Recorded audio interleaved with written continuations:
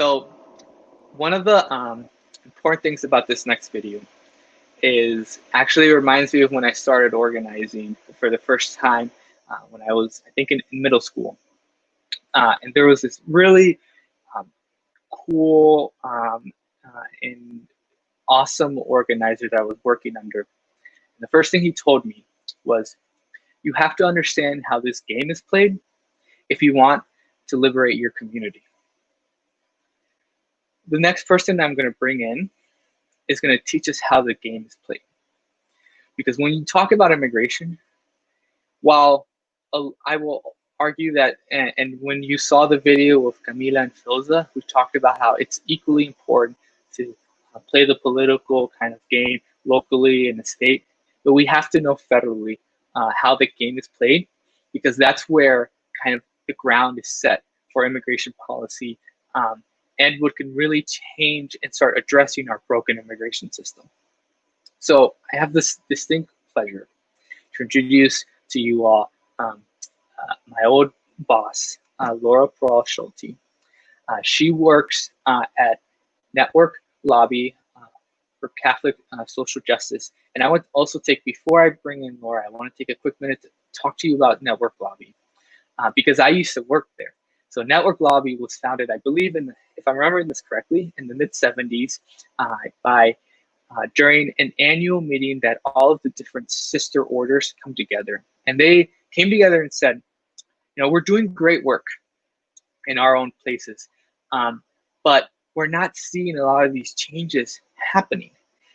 And it's good that we're doing a lot of service work, but all of this injustice is never going to end if the laws don't change. So they came up together and the idea of Network was born. The idea of an organization that was rooted and was lobbied by sisters in Washington, D.C., and that lobbied on Capitol Hill for issues that many sisters around the country were working directly service to try to change the injustice that they all saw every day they got up. So that's Network Lobby. And so again, I want to introduce Laura Peralta-Schulte, and just to tell you a little bit about Laura. So Laura has been lobbying for 11 years prior to coming to Network. And before that, she also was a high school teacher teaching government and history for 9 years. She began her career at the Democratic National Committee. And since then, through all her journey, she has found herself at Network, where she is the senior government relations advocate. And her work in developing and executing strategies to advance the agenda that Network has to try to dismantle the injustice that the sisters see every day in their direct service work that they do. So Laura, welcome, and thank you so much for being with us. Jose, I am so I am like an old mama. You know, Jose was a blessing to me personally and to Network during his associate year with us. A firm and tenacious lobbyist on immigration reform and criminal justice reform. And I am just so happy to be able to spend time with you today, Jose, and to walk folks through what they need to know, and then we can have a conversation. Jose asked me to talk today about immigration and immigration as it relates to the moment that we're in.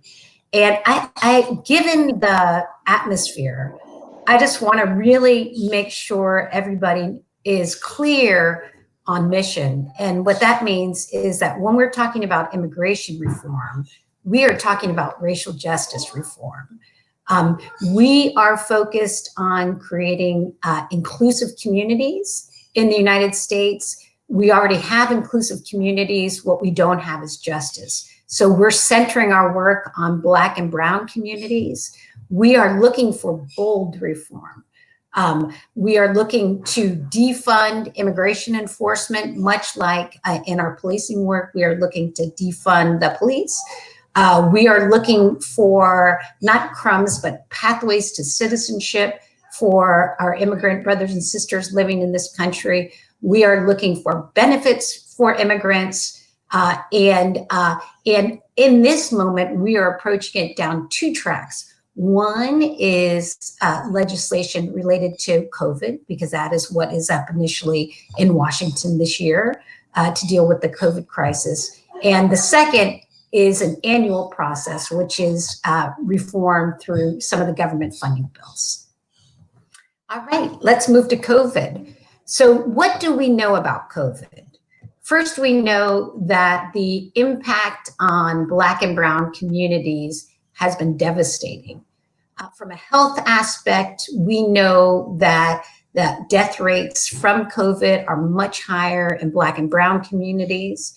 We know that economic disparities in terms of job loss, in terms of lost wages, and in terms of reduced hours, where has it hit the worst? It is Black and Brown communities, and many times those communities are immigrant communities.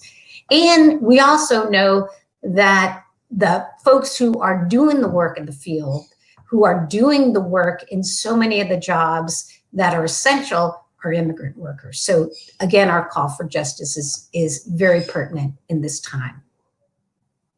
So what are the reforms we're looking for in COVID? Number one, we are in the midst of a health pandemic. So that means that everybody, and I do mean everybody, needs access to healthcare, to testing, and to treatment. So that is a very strong priority for us, to make sure that immigrant families too get access. We made some progress in previous COVID bills, and we are working hard to make sure that is treatment and testing is on a going forward basis for everybody, including immigrants. Secondly, the families are struggling, as you well know, to maintain their standard of living, particularly those who have lost their jobs. So we want to make sure that if there is a second round of cash payments, and we expect there will be, everybody gets them, including immigrants. Remember, immigrants pay taxes. And so there is no reason why they should not be receiving assistance, cash assistance, when they need it most. Also, we have been very fortunate to be able to make sure that there is immigrant access to unemployment insurance and to food assistance programs. Food assistance programs are so critical, particularly as families lose jobs. We need to make sure that everybody's dignity is recognized through employment insurance, through food assistance, just to make sure people are whole and healthy. Third, we want to make sure during this COVID bill that workers that are recipients of DACA or TPS or other visas are protected during COVID. What do I mean by that? The government agency that processes the paperwork for visas is basically been furloughed, 70% furlough. We know that the administration is also planning to once again attack DACA and TPS, even after the terrific court hearing that we recently had, which affirmed DACA, praise God. So what we are doing now is working to make sure that at least through the COVID period, that people don't lose their work authorization because they can't file their papers or because the government can't process their papers. So that is a very high priority for us to have automatic extensions, at least through the COVID situation.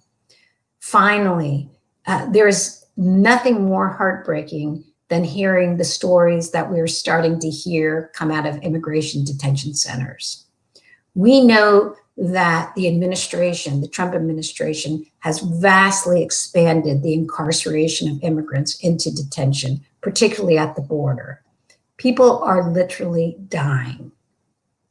There's no reason why these families should be made to suffer in a pandemic, in a situation that is life-threatening. So we continue to push for the end of incarceration for immigrants in detention. All four of these priorities are key for us in this next bill.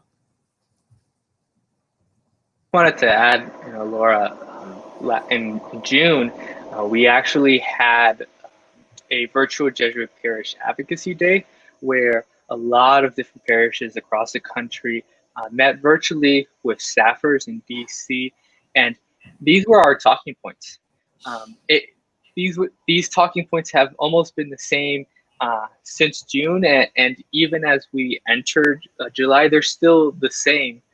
And if I wish I could share all of the stories I've heard of immigrants talking about how they either were laid off of their work and had no form of income, and where the cash benefit assistance would have made a big, tremendous impact for continuing to allow them to survive. And as well, and we also heard a lot of stories of immigrants who are still working because they're essential workers. And I have a good friend who had been working with a lot of farm workers in California, and he has shared how they are in desperate need of testing because so many of the workers are randomly getting COVID, and many of them don't have any form of healthcare to stop working, so they have to continue working and end up affecting everyone else. And a lot of these issues, they're still very relevant today, and immigration policy is so rapidly changing that even as we're talking right now, when we started these going to the Hill with these policy asks, DACA, TPS, the situation of asylum seekers and situation in detention centers looked very different than what they are right now. But we still have to talk about them because they're still at risk of deportation, still at risk of being affected from the disease, and still at risk from not having any form of income and ending up homelessness. Amen. Amen. Jose, I just want to go back to what we started with. These are structural problems. These are the results of structural racism, where policies have been intentionally set up to carve out people from rights and benefits. So when we step back into the broader movement of how do we heal as a nation, and how do we make sure that all of the folks living here are valued and their dignity is valued? You bet. These are structural issues that need structural reforms, and that's the long-term fight. And hopefully it won't be that long-term. But you're right. Oh. And for those of you who are watching, one of the important things that, as I stressed in the beginning of this video, the importance of understanding this right now is because this is the first step in dismantling the structural racism that exists in our country, and how immigrants are stuck in the middle. And it's not just, and as you all saw in the very first video, Philza and Camila, immigration does not just affect the Latino community. It affects so many more Black and other immigrants from all around the country in different parts. And we're just stuck in the middle trying to ensure that our human dignity is being met. And the importance of working in these policies is to make sure that we have in writing that every human being should be treated with dignity, which is a crazy concept, but it's something that we have to work on right now. We had a permanent underclass before. We called it slavery. I think, Jose, in so many ways, we've got our immigrant families as a permanent disenfranchised underclass who are really manipulated by the powers that be, and really want to affirm what you're saying. You are spot on. Yeah, thank you. All right. I said that there are two tracks to go down in terms of trying to address some of these issues. The second track, that is going to be a real, you're not going to hear very much about this likely in the next couple of months, but there's a quiet effort going on right now in Washington, and that is just the normal government funding bills. So each year, our government has to, one of the basic core must-dos is to fund itself. And so right now in the House, and then it will pivot to the Senate, the various committees are putting together funding bills.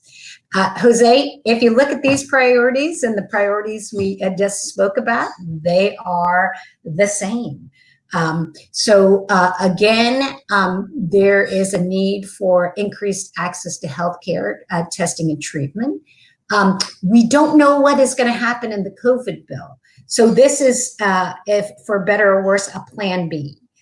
We just had a markup on the bill that deals specifically with healthcare. We were able to get billions and billions of dollars of extra money for this purpose. So again, we want to be in a situation where we get as much as we can in COVID, and then also get money through this funding opportunity. So that looks like it's in good shape. The second priority here is there is, from a funding perspective, the need to fund our immigration enforcement. So here is a huge opportunity for us to say enough is enough. Enough is enough. We have, as a nation, really since 9/11, spent increasing amounts of immigration enforcement, driving people into deserts, creating walls to potentially try to keep people out, creating a cruel detention center that we've already spoken about. It is time to stop wasting our money on this and to look for keeping families together and keeping folks whole. So we are going to the wall on this issue. We want to see absolute cuts, defunding of immigration enforcement. We, as a long-term vision and maybe a short-term vision if we have a change of government, we do not want to see increased incarceration of immigrants in detention. Prisons is not where immigrants belong, and we are really looking to fundamentally dismantle the system. Kind of the other side of the dismantling of immigration enforcement is to say that when folks come to our shores seeking asylum or refugee status, we, from a faith perspective, believe that we should be a nation of welcome. And so we are looking to make sure in these funding bills that refugees are protected, that our asylum system is functioning. And so again, we are going to be looking for that funding bill to bolster refugee protections. Finally, again, we don't know what we're going to get in the COVID opportunity. So we want to double down.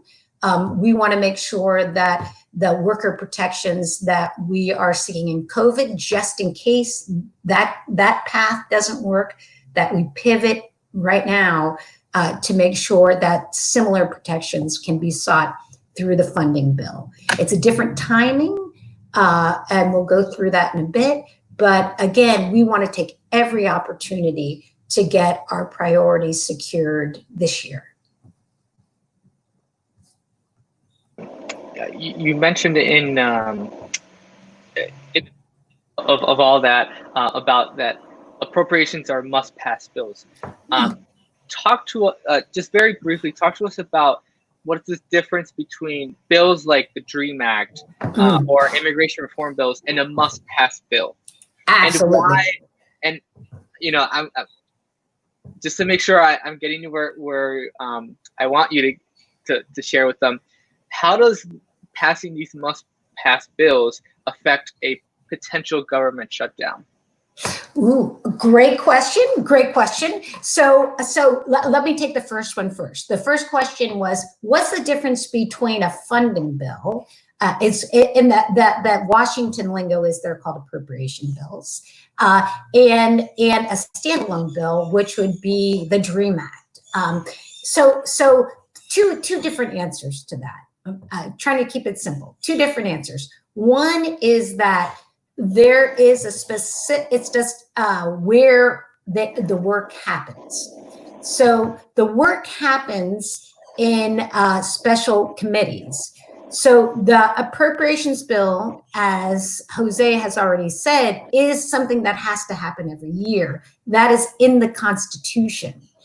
What does that mean? That means that whether or not Congress is loving each other or fighting, which is really the standard for the last number of years, they have to get some work done. They have to do it. And so sometimes they're a little late and it goes into the next year. But at the end of the day, a funding bill must get done. The government, you mentioned government shutdown. That's a tactic that happens. Sometimes there's a standoff on these government funding bills. So the president might have a fit and say, we do not accept your bill. We are shutting it down. Typically, that's for a very short time. It hasn't been used very much, but it's a negotiating tactic to get the job done. The funding bills have to get done. The other sorts of bills, the DREAM Act and comprehensive immigration reform, those are called discretionary bills. What that means is they can happen or they can't happen, but they're not mandatory in the Constitution. So in the long term, Jose, we want the American Dream and Promise Act, which is pathway to citizenship for DACA and TPS recipients. But that requires pure political will to get that through, going through both chambers of Congress and signed by the president, where the government funding bills are must pass every year bills. So we've got to take the opportunity. And where your government puts your money, what puts their money is what their priorities are. So it's a real clear nexus between getting this work done and how we spend our money. This does not actually need to be said. I was wondering, do I keep this slide in or not? But my friend, election. This election is probably the most important election in my lifetime, and I'm rather old. So I would bet it is also one of the most in yours. This is the game. I cannot stress that enough. This is such an important election for a number of issues, but let me center in on the immigration issues. I have never seen an administration that on the issue of immigration is as cruel as this one. And I mean cruel. Now, the Obama administration was problematic in some immigration areas. He was dubbed by the community as deporter in chief. That was real. He also expanded detention. That was real. But the strategy of the Trump administration has been racist and not only anti-immigrant. They have slowly but surely attempted to unravel our entire immigration system. And I am not overstating that. They are attempting to end the asylum process. We have had an asylum process in our country since the beginning of the country. They have attempted, as we just saw, to end the DACA program, the temporary protection for folks, TPS work authorization. They have separated families intentionally. In fact, it's very interesting. At the beginning of their family separation policy, they actually had to call on the bishops and the Lutheran immigration community because they couldn't keep track of those kids. And they asked the religious community to come in and try to make family reunification happen.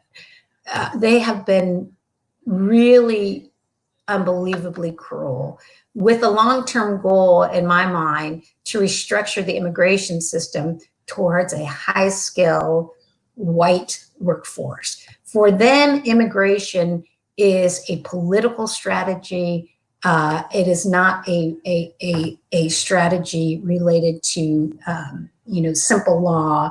It is the browning of America. And for them, the browning of America is an anomaly to the country that they want to create. Right after that, Jose, we, Congress, it is not likely that these mandatory must-pass funding bills are going to be finished until the end of the year.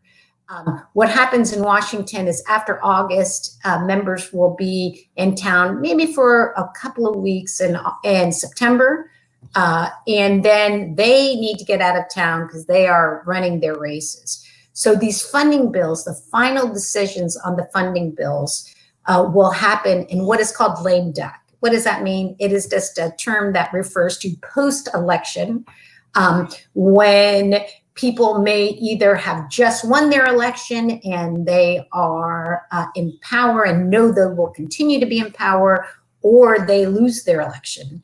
And so whatever happens at the end of the year is their last shot. And so that is the political environment that the funding bills will be finally addressed.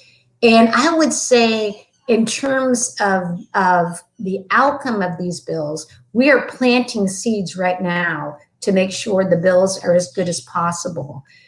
Depending on the outcome of the election is really going to be telling as to what the final bills look like.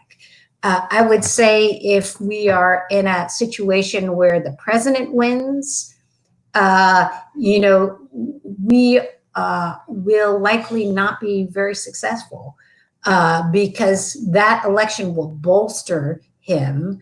And really, he will read that as a vindication of the policies that he's already put on the table. And I don't want to overstate, but the challenge is going to be real, both in lame duck and then in the future. So don't want to play a doomsday scenario, but the outcome for our work in a Trump win is tough. I think if we see a Biden victory in November,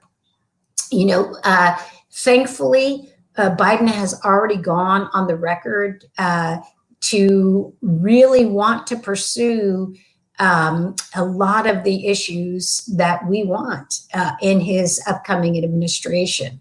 So I think that there is a possibility that Trump will try to stick it to the Democrats on his way out. But I think that we will likely have some success.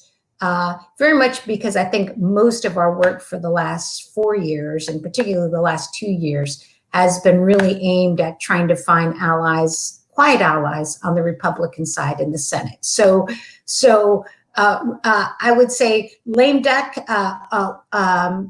again, finally dependent on the election. Everything's dependent on the election. But I just want to say, if we do have a different administration come 2021, that we, at least at Network, and I know, Jose, you are right with me, we move quickly to try to secure protections for our immigrant community and make that a must-pass piece or pieces of legislation. We need structural change, and that is what we're already talking to the Biden campaign about. But with that, I'll stop if you have any questions. All right. So let me just, Jose tells me that you are a grassroots coordinator. So I want to affirm your work and just let you know that I might do work in Washington like Jose did when he was with Network, but that is not where you win or lose an issue. You win or lose an issue at home.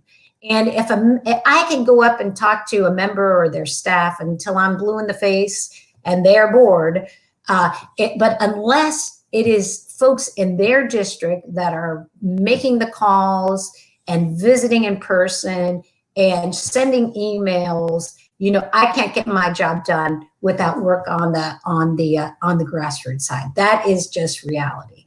So we thought, Jose and I thought we'd put in, for your knowledge, just what works and with members. And so I want you to look at the chart and just see that even now, you know, Laura, in person. Yes. Sorry, I messed up on the little thing. Could you actually just start from the beginning on that slide? Perfect. Yeah. Just give me 1 second. Yeah, no problem.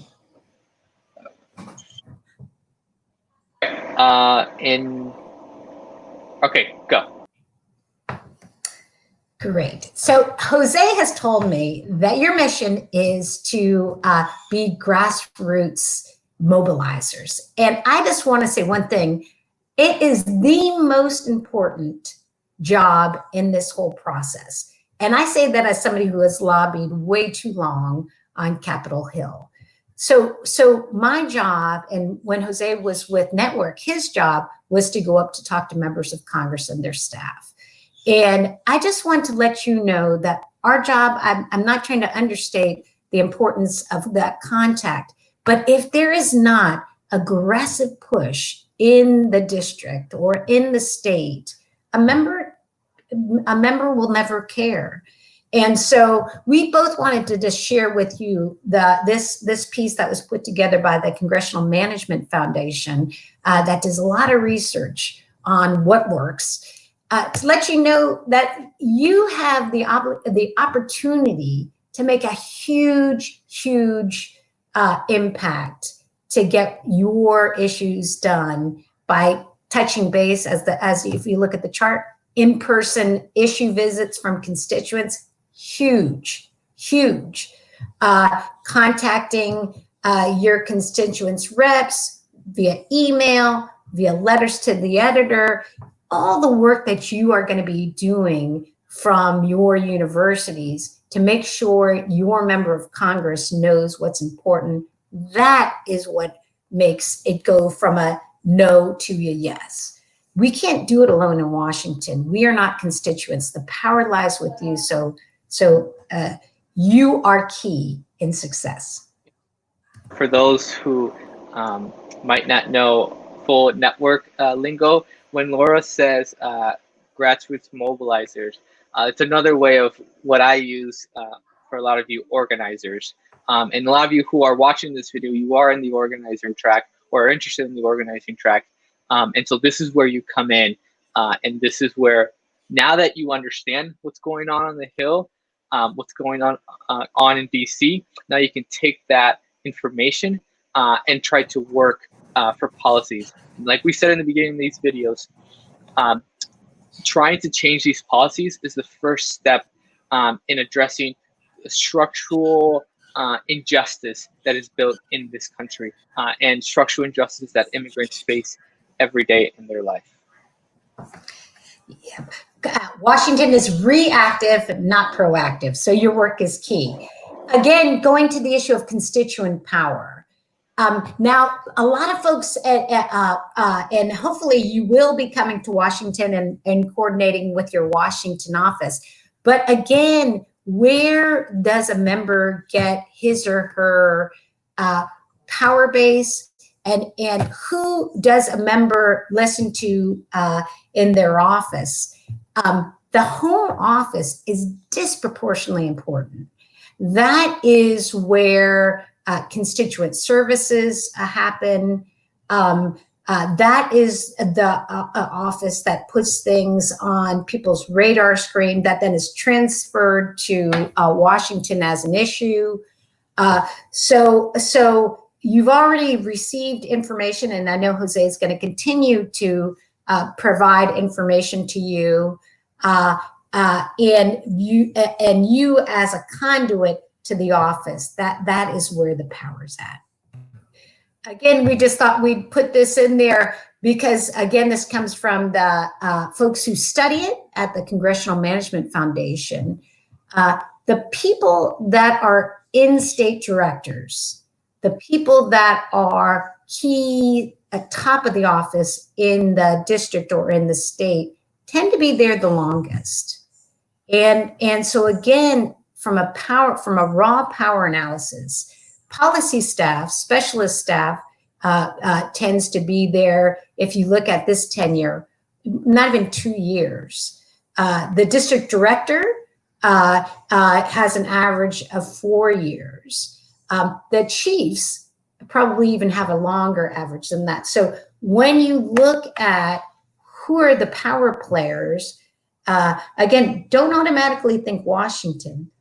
Your first person you want to think about is who is the in-state district director, and then more senior folks in the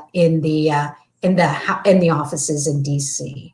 But the power is closer to you than it is to Washington.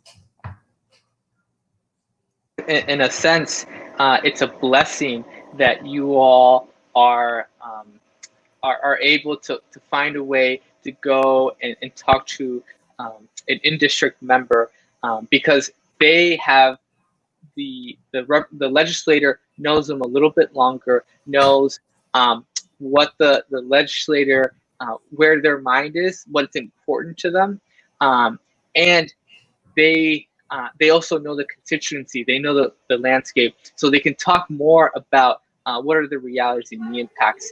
And like I tell all of you, a lot of our folks who are organizing in campuses, you have to tell those human stories, stories that are happening in districts, because the members that are working in districts, they know that because they live there too. And that is something crucial that I think at times when you're on the Hill in DC and you're talking to a lot of these staffers, they might have gone to their district 1 or 3 times, or even only during election season.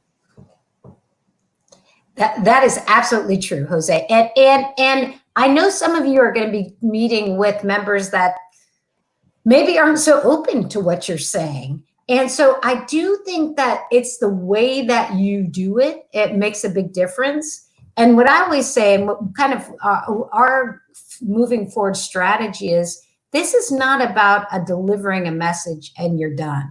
This is about getting to know the staff in a very human capacity.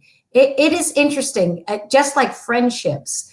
Oftentimes, it takes some time to build that relationship, a relationship of trust.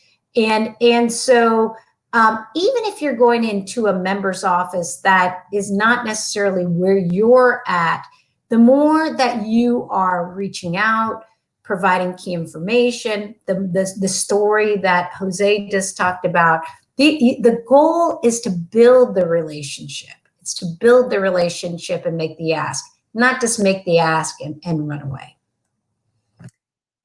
I think that the final piece, or one of the final pieces that we wanted to share today, is using your faith. And that's why I have kids your age, or probably right around your age, than college. And I will say that for them, they really struggle with what it means to be a Catholic or a Christian or a person of faith, because oftentimes, there are core issues that you may not agree with, and maybe struggle with that a little bit. I guess from my standpoint, I affirm that. Jose, I know as a good Jesuit and a Jesuit organization, faith is a journey, and don't believe anybody who says they have all the right answers. So I say that only to say that you are coming at this from a value standpoint. When you're talking about your faith and your values, you are really sharing what it means to be a neighbor in the Christian philosophy. You'll be representing your university that has a Christian or Catholic identity. So that is a basis of strength as well. The more that you are authentic, that you are sharing in an authentic way, putting on a ritualistic faith display is not what it means to be using a faith lens to lobby. It's talking about love. it's talking about love and care and being authentic where you are. So it might be new for a few of you, but don't be. I just would say don't be intimidated by it. It's a strength. Remind you all that Marcos, the second video that you all saw, talked a lot about that, and was extremely powerful in helping you to see, to build the connection of what it means to be in a Jesuit institution at a Jesuit university, and how the Jesuit faith, the Jesuit tradition, teaches us that we must walk with Christ in that path, and that is going to be a hard path. And what I think, are something that I love quoting about Marcos when he gives that talk is, if we knew that this work would be easy and we would win, no one would be in this work. And Jesus himself knew that the work that he was doing when he spent time here, it was not easy. It was tough and it was hard, but it had to be done. So your work, the work of talking to staffers, is going to be hard, but it's the work that is needed, and it is what truly means to be an alum of a Jesuit or a student of a Jesuit university. Amen, Jose. Amen. And I would just say that staff that I work with, they particularly in this COVID environment, we've had now a couple of different just prayer services with them, because the world is so crazy right now. They're craving authenticity, and they're craving the moral voice. So I know you guys always do a great job. So do what Jose said. Exactly. Finally, and Jose, you can talk to this better than I. Before we got on, Jose was sharing some stories of some of his recent work, where staff can debate you on policy. Where you can really grab them is through the use of a story. It is magical in so many ways, particularly at the district staff, because they're looking for stories from their constituency, from their voters. And a lot of times I have found that the use of story really gets them out of their mind, so to speak, and into their heart. Because, and particularly some of the immigration stories that you all will be discussing. Jose, the piece that you raised at the beginning of our time together, it's heartbreaking. And what you're going to find is that staff oftentimes comes from a really privileged background.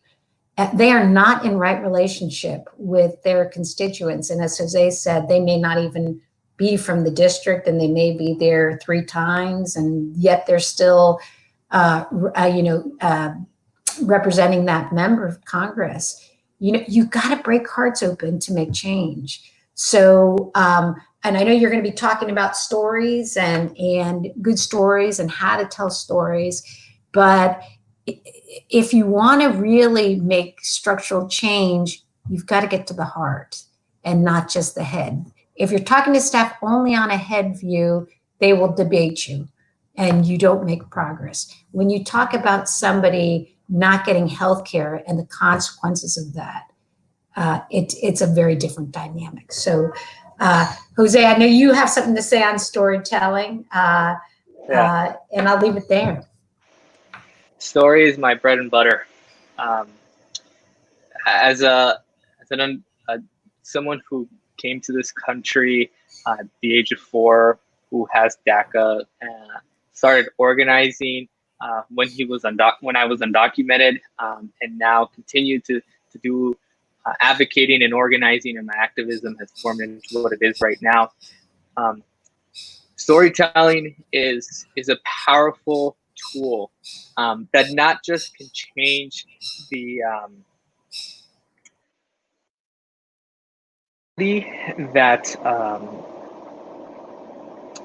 storytelling is not not only can change the perspective of what staffers are seeing, but storytelling is what reminds your fellow peers that are organizing with you, that are in the room, why you're doing it. And especially after that meeting, you felt like you didn't move an inch, because those stories that you share, you keep them with you, and they work to empower you.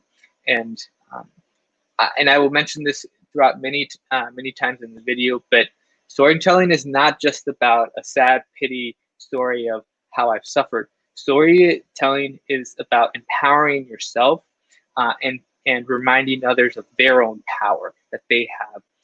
And what I kind of would refer to that power is that Holy Spirit that you all have, that God created us. And that, I mean, storytelling is the oldest thing for so many of us, for human beings, and it's how we know of this guy named Jesus, right? That came to be.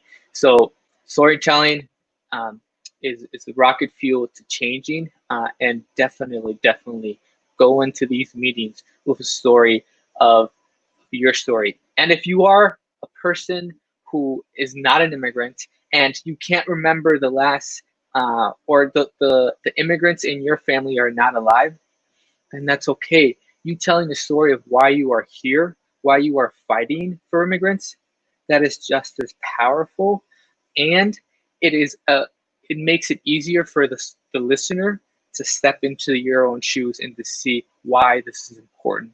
And as Laura was talking about that faith, talking with your story, talking about the moral of why it's important that that we as a nation, we remind ourselves of the moral values that we have, and why, and you put that in your story, you're unstoppable.